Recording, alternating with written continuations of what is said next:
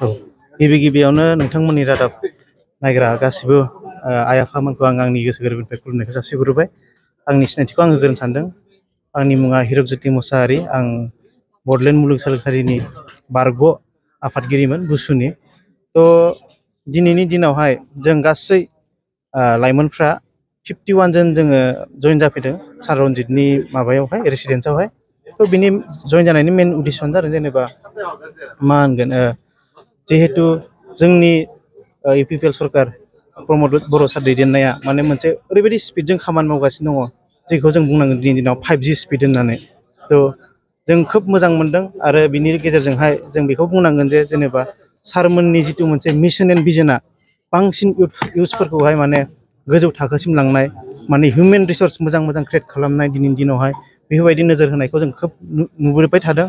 आरो बेजों लोगोसे जिहेतु जोंनि बिटिसिआ दा बिटिसिआ माने मा होनगोन बै समावहाय खोब गोग्लैसोना दंमोन। खिन्थु प्रमद बर' सार फैनायनि उनावहाय बे रिजनाहाय बिटिआरआहाय माने मोनसे सिखांबोदों। दिनै बायदियाव सुपार 50फोर बायदि मोनसे माबाजोंहाय गोबां माने मा होनगोन इउथ्सफोरखौहाय बा मा होनगोन जायफोरा फरायनायावहाय गोरों बिसोरखौहाय माने मा होनगोन सिभिल सार्भिसफोर बायदियावहाय बा किसुमान इन्जिनियारिंफोरनि माबायावहाय थिनहरनो हादों।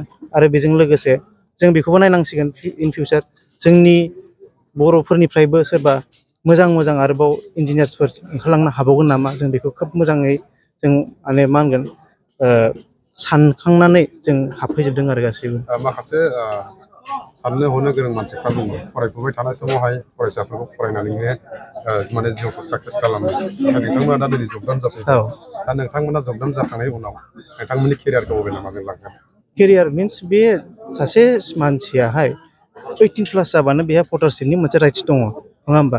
नों 18+ जानाय लोगो लोगो नोंहा भटार कार्ड मोननाय लोगो लोगो नोंहा मोनसे डिसिसन लानो हानाय नोंहा केपासिटि फैखाबाय। थ' जों दिनै जायफोरा जइन जाफैदों बेवहाय गासिबो 18+ नङा 25+बो दङ। थ' आं गावखौनो गाव बुंगोन आं सासे 25+नि सासे इउथ। थ' आंनि डिसिसना मा आं बेखौहाय आं खोब मोजाङैनो सालिजारि नायदों आरो आं मानि थाखाय जइन जाफैदों आं बेखौ खोब मोजाङैनो बेखेवनानै होदों। नाथाय नोंथांमोन बायदि गोबां इउथ्सफ्रा बावैसो सिगां बिटिएफआवबो गोबां जइन जानाय जों नुनो मोनदों। नाथाय बिथांमोनखौ मा बुंगोन? बिथांमोनखौहाय आं दिनैनि दिनाव बुंगोन बिथांमोना जि मोनसे मिसकनसेप्टफोरखौहाय लानानै दङमोन इउपिपिएल सरकारनि सायावहाय बेखौ एसेबां माबा खालामनाङा, मोजाङै बिजिरनानै नायथों। आं बुङा जे बिथांमोना थांनो नाङा होननानै, बयहाबो गाव गावबागाव मोनसे चइस थायो। खिन्थु गोथौयै नायनाया साबसिन जागोन होननानै आं बुंगोन आरो दिनै।